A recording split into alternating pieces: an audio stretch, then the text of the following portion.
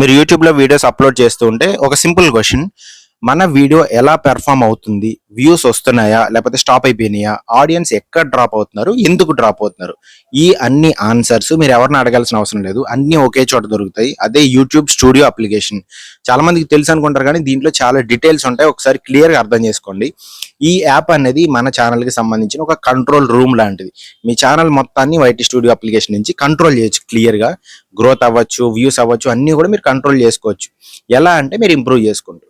YouTube studio అనే అప్లికేషన్లో మీరు అప్లోడ్ కూడా చేయొచ్చు. నార్మల్గా ఏం చేస్తారు, వైటీ అప్లికేషన్లో చేస్తారు, అంటే యూట్యూబ్ అప్లికేషన్లో చేస్తారు. కానీ ఇది మాత్రం మ్యాండేటరీగా వాడాలి మీరు, గ్రోత్ గురించి లేకపోతే వ్యూస్ గురించి క్లియర్ డీటెయిల్స్ తెలియాలంటే. ముందుగా మీరు ఓపెన్ చేయగానే మీకు డాష్ బోర్డ్ కనిపిస్తుంది. ఇది మీ ఛానల్కి సంబంధించిన క్విక్ రివ్యూ లాంటిది అనమాట.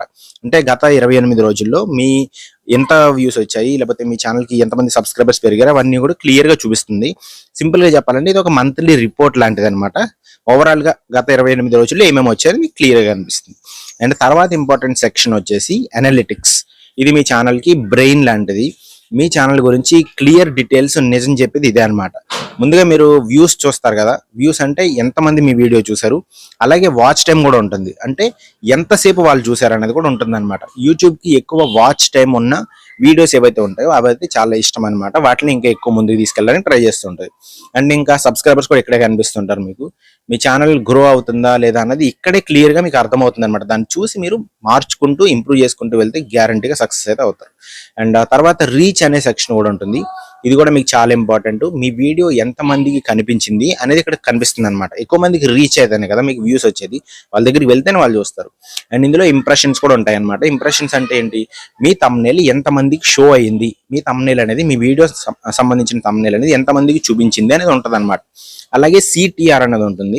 సిటిఆర్ అంటే ఏంటి, ఎంతమంది ఆ థంబ్నెయిల్ చూసి క్లిక్ చేసి చూసారు, క్లిక్ చేసి అట్లీస్ట్ ఒక 10-15 సెకండ్స్ చూస్తే దాన్ని ఒక వ్యూ కింద కన్సిడర్ చేస్తుంది అనమాట. సిటిఆర్ లోగా ఉంటే కనుక మీ థంబ్నెయిల్, టైటిల్, స్టార్టింగ్ హుక్ సరిగ్గా లేనట్టు లెక్క. అండ్ తర్వాత ఎంగేజ్మెంట్ గురించి కూడా ఉంటుంది. ఇక్కడ మెయిన్ ఫోకస్ ఆడియన్స్ ఎంతసేపు చూస్తున్నారు అనేది అనమాట. ఇందులో యావరేజ్ వ్యూ డ్యూరేషన్ ఉంటుంది. ఎంగేజ్మెంట్, యావరేజ్ డ్యూరేషన్ రెండు సిమిలర్ అనమాట. అంటే యావరేజ్ గా మీ వీడియోని ఎంతసేపు చూస్తున్నారు. ఆడియన్స్ రిటెన్షన్ గ్రాఫ్ కూడా ఉంటుంది. ఈ గ్రాఫ్ లోనే మీకు మీ ఆడియన్స్ ఏ టైంలో అవైలబుల్ ఉంటారు, ఎక్కడ డ్రాప్ అయిపోతున్నారు, ఇవన్నీ కూడా క్లియర్గా ఉంటాయి అనమాట. అంటే కంటెంట్ వీక్గా ఉందనుకోండి, ఈజీగా డ్రాప్ అయిపోతారు కదా. ఇవన్నీ తెలుసుకొని మీరు నెక్స్ట్ వీడియోస్లో ఇంప్రూవ్ చేయొచ్చు. మీకు ఒక ఫీడ్బ్యాక్ ఇస్తుంది అనమాట. దాని నుంచి మీరు ఇంప్రూవ్ చేసుకుంటూ ముందుకెళ్ళచ్చు. తర్వాత దాంట్లోనే ఆడియన్స్ ట్యాబ్ కూడా ఉంటుంది. ఇక్కడ మీ వ్యూవర్స్ గురించి, ఎవరు మీ వీడియోస్ చూస్తున్నారు, ఎవరు కొత్త వ్యూవర్స్ వస్తున్నారు, లేకపోతే రిటర్నింగ్ వ్యూవర్స్ ఉన్నారా, వాళ్ళు ఏ కంట్రీ నుంచి చూస్తున్నారు, అండ్ వాళ్ళకి ఏ ఏజ్ గ్రూప్ లో ఉన్న వాళ్ళు చూస్తున్నారు, ఎంత వయసు ఉన్న వాళ్ళు చూస్తున్నారు, ఇవంతా కూడా క్లియర్ డీటెయిల్స్ అయితే ఉంటాయన్నమాట. ఇందులో ఒక గోల్డెన్ ఫీచర్ కూడా ఉంటుంది. When your viewers are online అని ఉంటుంది అనమాట. మీ వ్యూవర్స్ ఎప్పుడు యాక్టివ్గా ఉన్నారు అనేది ఇక్కడ కనిపిస్తుంది అనమాట. సో దీంతో మీరు పర్ఫెక్ట్ అప్లోడ్ టైమింగ్ కూడా మీరు సెట్ చేసుకోవచ్చు. ఎగ్జాంపుల్ కొంతమందికి 6 PM కనిపించవచ్చు, కొంతమందికి మార్నింగ్ 10 AM కనిపించవచ్చు. అండ్ కంటెంట్ సెక్షన్లో మీ వీడియోస్ అన్ని కనిపిస్తే మీరు అక్కడ ఎడిట్ చేసుకోవచ్చు. టైటిల్స్ కానీ, డిస్క్రిప్షన్స్ కానీ, థంబ్నెయిల్స్ కానీ అన్ని చేంజ్ చేసుకుని ఎడిట్ చేసుకోవచ్చు.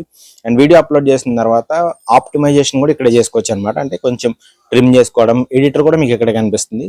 లాస్ట్లో ఉన్న సెక్షన్, లాస్ట్ బిఫోర్ సెక్షన్ ఏంటంటే కామెంట్స్. ఈ కామెంట్స్లో ఆడియన్స్ మీరు డైరెక్ట్గా కనెక్షన్ క్రియేట్ చేసుకోవడానికి, కమ్యూనిటీ క్రియేట్ చేసుకోవడానికి, వాళ్ళు ఏం కామెంట్ పెట్టారు అండ్ వాళ్ళకి మీరు రిప్లైస్ కూడా ఇవ్వచ్చు. వాళ్ళ కామెంట్ బేస్ చేసుకుని ఏఐ రిప్లైస్ కూడా యూట్యూబే మనకి ఇస్తుంది అనమాట, సజెషన్స్ ఇస్తుంది, మనం యూజ్ చేసుకోవచ్చు. అండ్ ఫైనల్గా ఉన్నది మానిటైజేషన్ ట్యాబ్.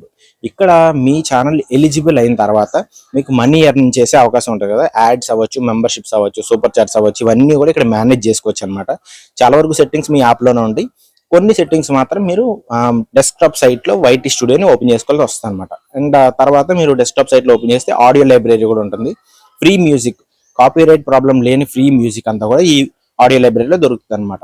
సో మొత్తం ఓవరాల్గా చూస్తే వైటీ స్టూడియో అనేది ఒక నార్మల్ అప్లికేషన్ కాదు, ఇది ఒక గైడ్ లాంటిది. చాలా మంది క్రియేటర్స్ వీడియోస్ అప్లోడ్ చేస్తారు కానీ ఎనాలిటిక్స్ మాత్రం ఎవరు చూడరు అనమాట. సో అందుకే వాళ్ళు గ్రో కూడా అవ్వరు. ఒకవేళ ర్యాండమ్ గా గ్రో అవుతూ ఉన్నా సరే, సడన్ గా ఒకసారి డ్రాప్ అయినప్పుడు ఎందుకు డ్రాప్ అవుతుంది ఏంటనే డీటెయిల్స్ వాళ్ళకి అర్థం అవ్వనమాట.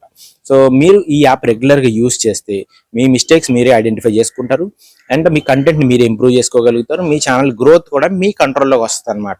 ఎందుకు వెళ్తుంది, ఎందుకు తగ్గుతుంది అనేది మీరు ఎవరిని అడగాల్సిన అవసరం కూడా లేదు.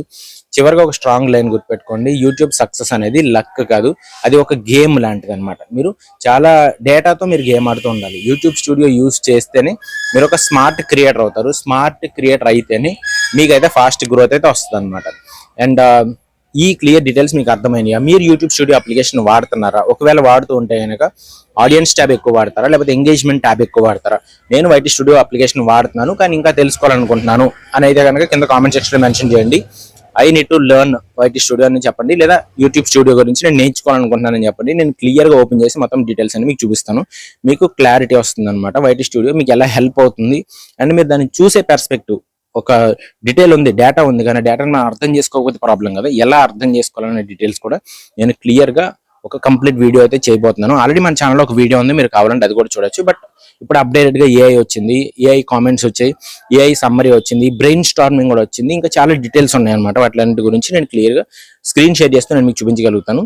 మీకు ఒకవేళ ఇంట్రెస్ట్ ఉంటే కనుక ఎస్ ఇంట్రెస్టెడ్ అని కామెంట్ చేయండి. ఖచ్చితంగా నేను దాని గురించి ఒక వీడియో చేస్తాను. సో మీరు కూడా గ్రో అవ్వాలి, నేను కూడా గ్రో అవ్వాలి, అందరం కలిసి గ్రో అవుతాం. Thank you very much. Vikas Telugu.